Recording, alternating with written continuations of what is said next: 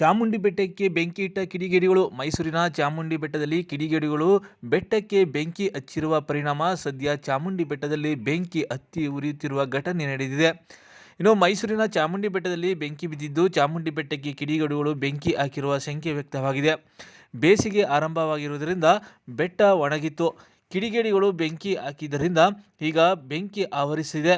ಕೂಡಲೇ ಘಟನಾ ಸ್ಥಳಕ್ಕೆ ಅರಣ್ಯ ಇಲಾಖೆ ಸಿಬ್ಬಂದಿಗಳು ಆಗಮಿಸಿ ಬೆಂಕಿ ನಂದಿಸಲು ಮುಂದಾಗಿದ್ದಾರೆ. ಅಗ್ನಿಶಾಮಕ ದಳದ ಸಿಬ್ಬಂದಿಗಳು, ಅರಣ್ಯ ಇಲಾಖೆ ಸಿಬ್ಬಂದಿಗಳು ಸೇರಿ ಒಟ್ಟು 30ಕ್ಕೂ ಹೆಚ್ಚು ಸಿಬ್ಬಂದಿಗಳು ಬೆಂಕಿ ನಂದಿಸಲು ಹರಸಾಹಸ ಪಡುತ್ತಿದ್ದಾರೆ.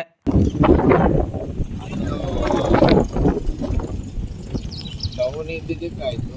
ಈ ಥರ ಎಲ್ಲ ಒಂದೇ ಇದರಲ್ಲೆಲ್ಲ ಲೈನಲ್ಲಿದ್ರೆ ಈ ಸೈಡ್ ಬಂದರೆ ಫುಲ್ ಹತ್ತಿರೋದು ಕಾಣ್ತೈತಲ್ಲಿ.